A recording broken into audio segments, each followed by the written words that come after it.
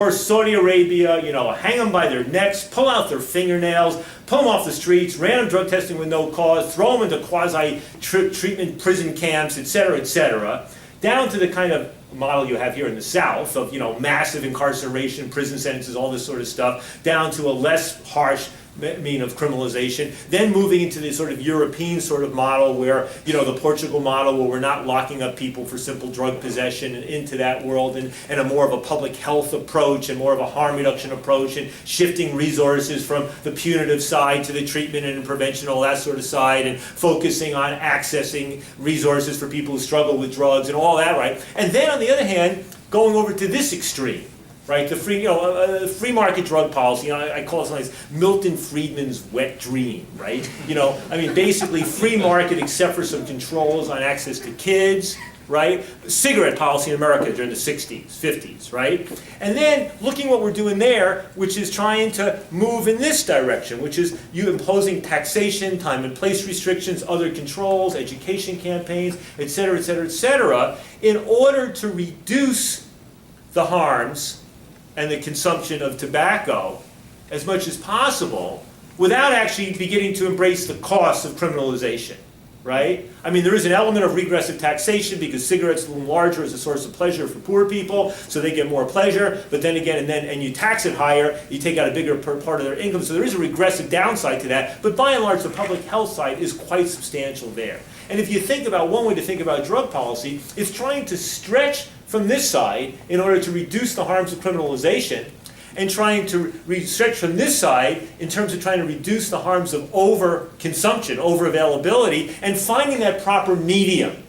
And the optimal medium I would define as that spot on the spectrum which best accomplishes two things, which best reduces the harms of drugs, death, disease, crime, suffering, and best reduce the harms of prohibition. The organized crime, the violence, the corruption, the black markets, the empowerment of organized criminals, the drugs being more dangerous because they're adulterated, the violations of civil liberties and human rights, the massive incarceration and arrest, the racial disparities we see in this country and many other places. The optimal place is the one which most effectively reduces the harms of drugs and the harms of our prohibitionist policies. If one imagines where we're going globally, in terms of leaving behind the global drug prohibition regime of the 20th century into a new 21st century regime, the WHO Tobacco Control Convention offers something of a model for where we might be headed or want to head. It's about trying to reduce the harms of tobacco as much as possible without incurring the harms that flow from prohibitionist policies, right? But the other way that I've defined, when people say, and I realize I'm going very fast at a New York pace and giving you a lot of concepts, and some of this is different than stuff you're familiar with, so I apologize for the speed of this. And for those of you whose English is not your foreign language, I doubly apologize. I can do this slower in your own countries, but I'd say less. But when people say, Ethan, can you define the objective or definition of drug policy reform in one sentence? And I say, yes, I can. It's a long sentence, but one sentence, right? The objective of drug policy reform, which is the name typically given to this growing movement for changing drug policies, the definition of drug policy reform is to reduce the role of criminalization and the criminal justice system in drug control to the maximum extent possible while protecting public health and safety.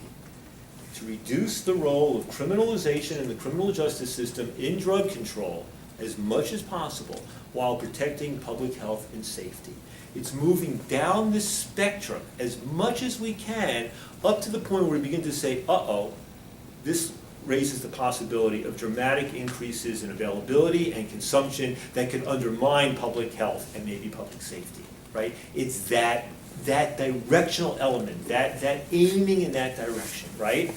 The organization and the movement of which I'm a part, right? Basically, we represent the people who lie on this end of the spectrum.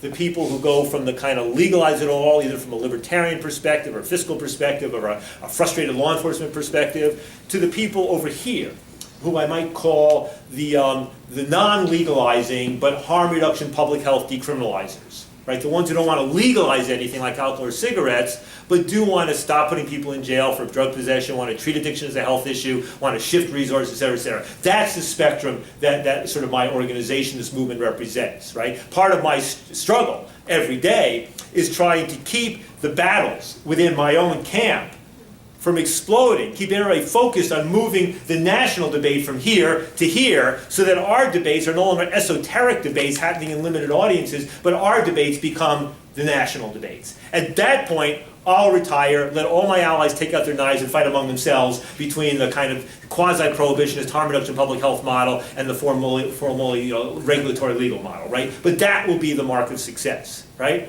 Now, the question becomes, why even talk about the legalization piece over here?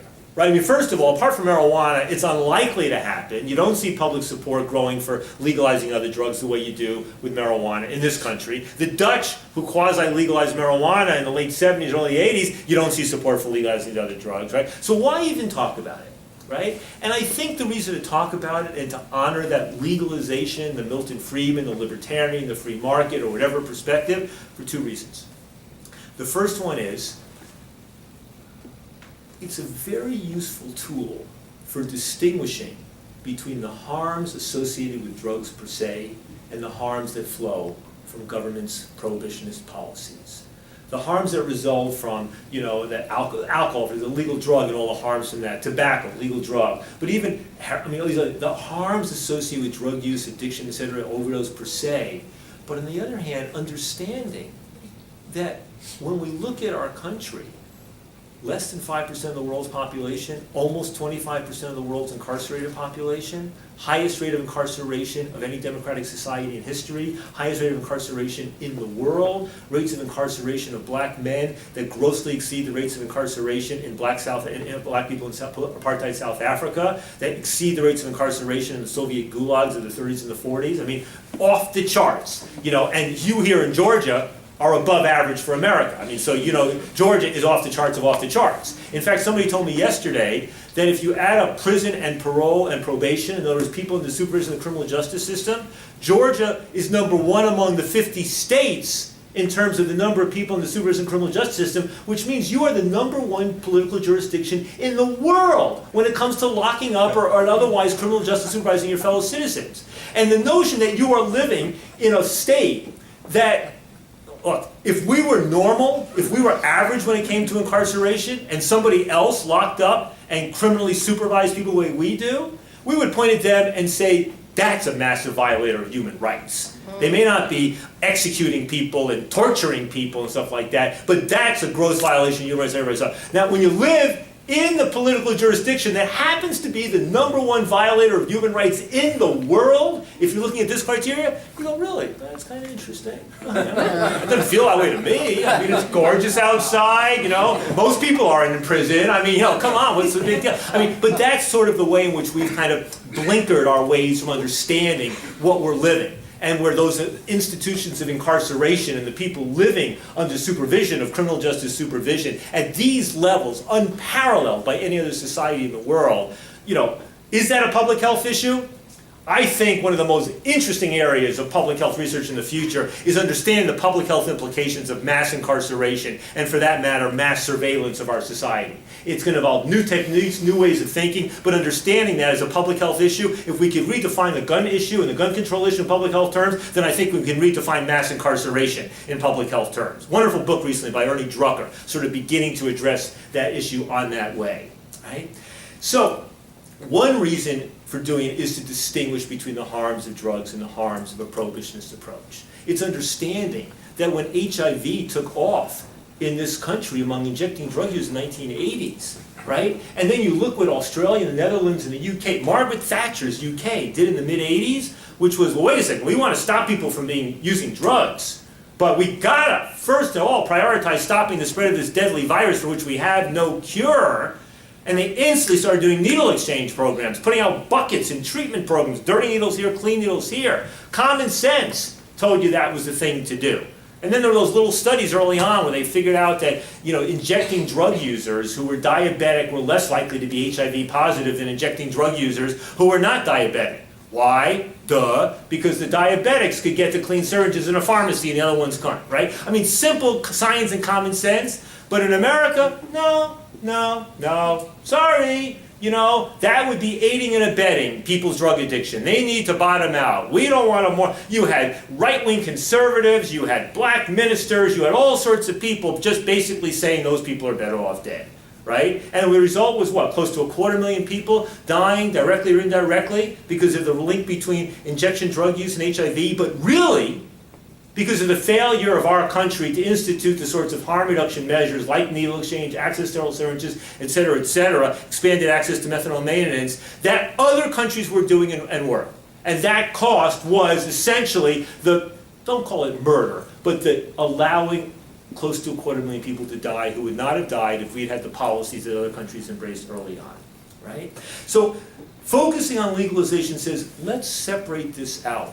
For decades, you would have, the government, federal government, or I would always get down Joe Califano, who's such a hero on the tobacco issue, but then set up an institute at Columbia to basically alert Americans to the dangers of drugs. But every study they did was conflating the harms of drugs and the harms of prohibition, talking about the economic consequences of drug abuse and throwing everything in the kitchen sink into that mix, right? So understanding that all these harms, the black markets, the violence in Mexico, the mass killings, the power of organized crime, the $300 billion a year global black market, even drugs being more dangerous, right? How many people died from drugs because they took the drug exactly what they knew they were getting, and how many because they didn't get what they get? When you're looking at kids going to these electronic dance festivals now, and now ecstasy is being remarketed as Molly, and in both cases they're MDMA, which typically is not pure MDMA, right? How many of the fatalities that are happening are about people having a weird kind of allergic reaction to pure MDMA, and how many are about them actually getting something that was not pure MDMA, that was another substance, right? How much about heroin that's problematic is not just about pure heroin, but it's about all the other crap that it's being cut with,